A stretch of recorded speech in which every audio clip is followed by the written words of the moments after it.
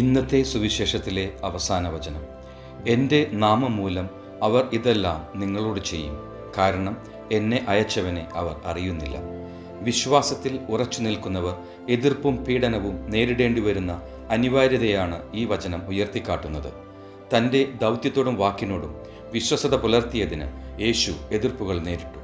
നമ്മുടെ വിശ്വാസവും തത്വങ്ങളും ഒരു കോമ്പസായി വർത്തിക്കുകയും പ്രതികൂല സാഹചര്യങ്ങളിൽ നമ്മെ നയിക്കുകയും ചെയ്യുന്നു.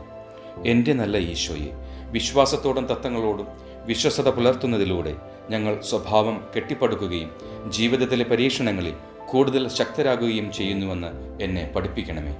കർത്താവെ, എൻ്റെ വിശ്വാസവും തത്വങ്ങളും മുറുകെ പിടിക്കുന്നത് എൻ്റെ ജീവിതത്തിന് വ്യക്തതയും ശക്തിയും ലക്ഷ്യബോധവും നൽകുമെന്ന് അറിഞ്ഞുകൊണ്ട് ജീവിക്കാൻ വേണ്ട കൃപ ഇന്ന് എനിക്ക് നൽകണമേ. പിതാവിൻ്റെയും പുത്രൻ്റെയും പരിശുദ്ധാത്മാവിൻ്റെയും നാമത്തിൽ ആമേൻ.